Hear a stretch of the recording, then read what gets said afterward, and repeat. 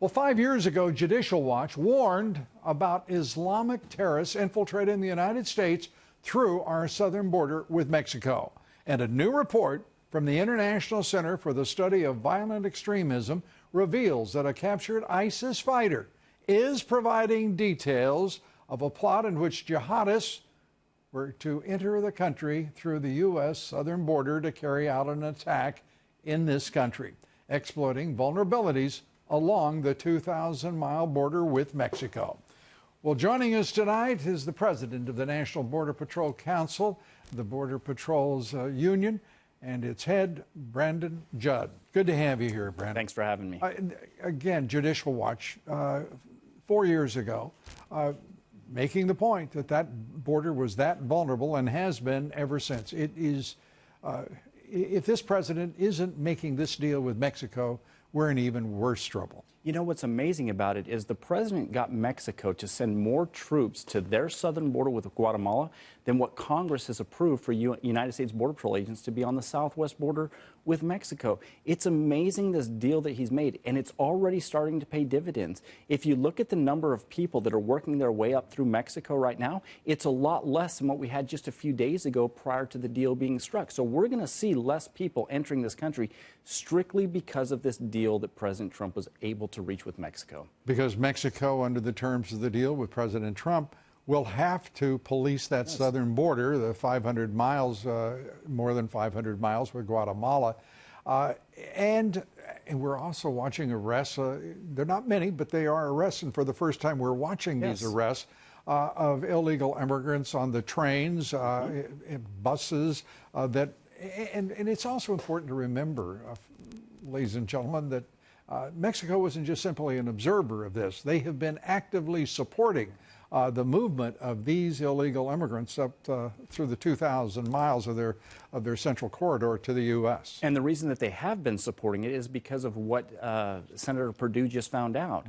The amount of money that's being made, that money is staying in Mexico. These cartels that are generating all of this profit, that money stays in Mexico, that money gets spent in Mexico. So that goes to bolster their economy, which is one of the main reasons why the Mexican government has been so reluctant to come up with a deal that would help us secure our border, because that would cut down on the cartel's profits. And that's a problem for us. It is a huge problem, and 70,000 lost American lives.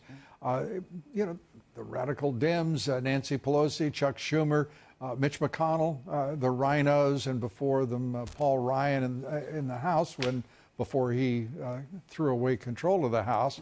I mean, they were lined up perfectly with the cartels on the issue of border security, on the issue of stopping illegal drugs, illegal immigrants, sex trafficking, and the national left-wing media gives them a free pass. No, absolutely. And I'm glad that you point out that it's not just the Democrats. I mean, make no mistake, it's definitely the Democrats.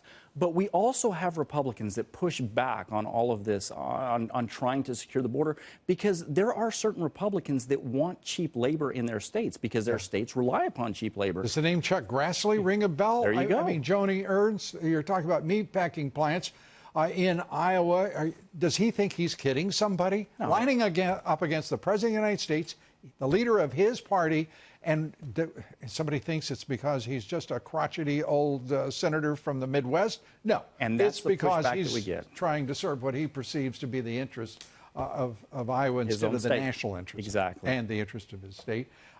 This deal with Mexico, it fascinates me because it is Trumpian from A to Z.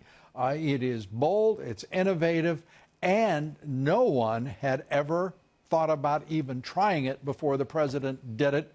And to your point about these cartels, what else could a drug business do faced with these tariffs? The president had to put it in dollars and cents for the Mexican government.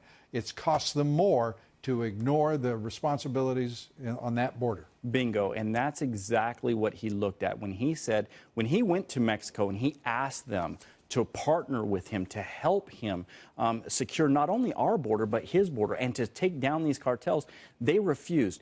He was forced to do what he did, and because he did that, because he was willing to step up and do what no other president prior to him was willing to do, we actually now have measures that are starting to work, and they're starting to pay dividends. And it's not just dividends down the road, a year down the road. Right. These are immediate dividends that we're seeing right now. To be clear, we're seeing fewer illegal immigrants approaching our border with Mexico as a result of what they've already done at their southern border with Guatemala. Is that correct? Yes, there's fewer people coming up through Mexico to our southern border, yes.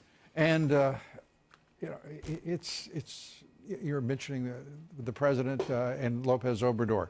I actually thought Lopez Obrador was smarter. I thought he had come to this conclusion sooner. I thought he understood what a smart decision it would be to partner with the President of the United States, particularly this president. But at least he's gotten there. President Trump had to just help a little bit more than I would have thought necessary. He did. And we're seeing early results. So yes, we are. Like you, we'll be watching it carefully, and we appreciate all that you and all of the members of your union do for this country. Appreciate Thank you, it. Lou. Appreciate Brandon it. Judd.